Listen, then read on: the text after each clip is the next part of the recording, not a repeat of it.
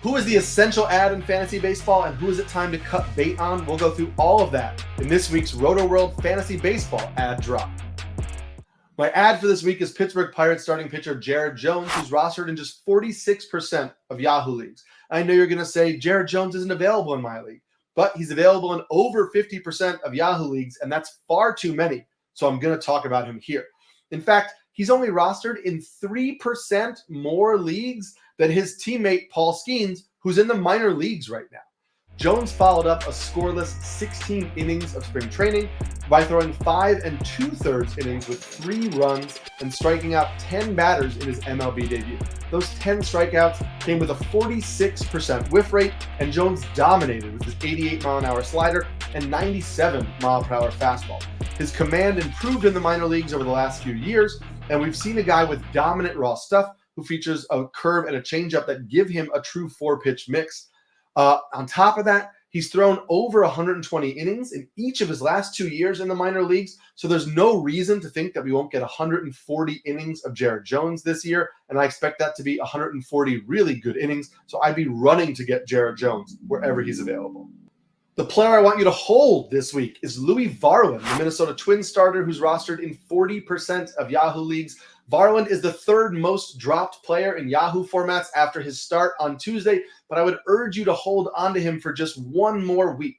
I understand all league types are different, and if there's somebody on your waiver wire like Garrett Crochet or Reese Olson, yes, you can make the swap, but I just don't think you should feel like you have to drop Louis Varlin. Despite allowing 3 earned runs on 6 hits in 4 innings on Tuesday against the Brewers, he did strike out 4, and he posted a 30% whiff rate. Both his cutter and his new curve missed bats, and that new curve means that he could have 2 strong complementary pitches to a really good four-seam fastball, and that's something we really wanted to see from Varland in the past. What's more, the Brewers averaged just an exit velocity of 87 miles per hour on all batted balls against Varland. I know the home run was well hit, and he did allow a few hard hit baseballs during the game, but for the most part, the Brewers weren't making really strong contact, and he was getting kind of blooped and babbibs to death a little bit. I'm not convinced we're going to see the breakout everybody's hoping for, but I think Varlin could be a really strong starting pitcher option for you, and he has the foundation of skills to be a good fantasy asset. He gets the Dodgers at the beginning of next week, so I'm not starting him for that game, but he does get the Tigers next weekend, so I'm trying to hold through that start. I think we'll get a much better idea of who Louis Varlin is after next week. The player I want you to drop is Estuary Ruiz. The Oakland Athletics outfielder is still rostered in 67% of Yahoo leagues. Now, even before the Athletics demoted Ruiz, he wasn't a full-time starter for them, starting just 2 of the first 4 games of the season, and he wasn't starting at the end of spring training either. A's manager Mark Kotsay said the only reason that Ruiz made the team was because Miguel Andujar got hurt. So they're giving us every indication that the team just doesn't have a lot of confidence in Ruiz. Now, you may think that that's bogus reasoning for sending him down, and that's entirely possible. But it also indicates this team doesn't have faith in Ruiz, so there really isn't, in my opinion, a belief that there's going to be a really quick call back up to the major leagues.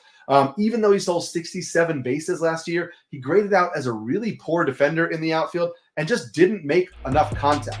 Now, I know you're going to say, oh, he had a really good start to the season, but that's only 7 at-bats. And to me, that does not overshadow the 650 OPS he put up last year. He really only has one really strong season of minor league track record.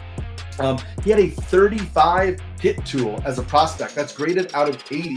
So he's never been somebody that scouts thought was going to hit a lot. I don't think he's going to hit a lot. So he's a stolen base asset without a job who doesn't make a lot of contact and is a bad defender. I think of him maybe kind of as like a Dairon Blanco on the Royals, who comes in, steals bases, and can be a 4th outfielder. And that's kind of my vision of what Ruiz is in the future. I don't think that's a player you can hold in 67% of leagues while he's not even on a major league roster.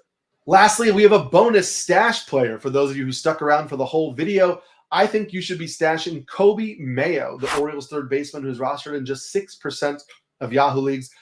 Beyond Jackson Holliday and Junior Caminero, I think Coby Mayo is the impact prospect hitter who could be up earliest.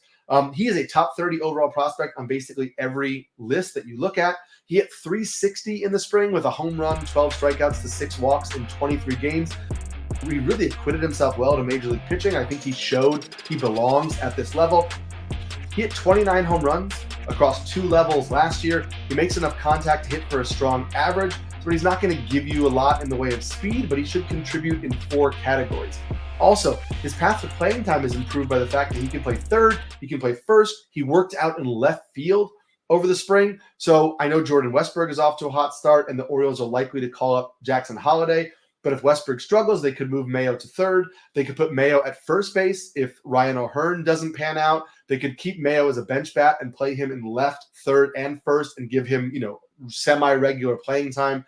I do think that he gives them a lot of positional flexibility, and that bat is something that you're going to want on your fantasy teams. So I'd be stashing Kobe Mayo if you have the bench space.